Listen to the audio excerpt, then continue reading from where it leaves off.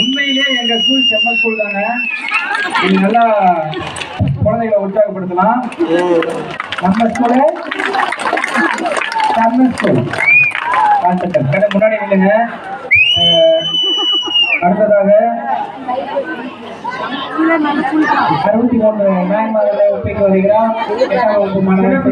அடுத்ததாக சிறப்பு செய்தல்.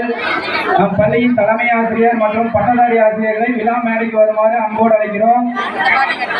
பள்ளியின் பட்டதாரி ஆசிரியர்கள் அனைவரும் விழா மேடைக்கு வாருங்க.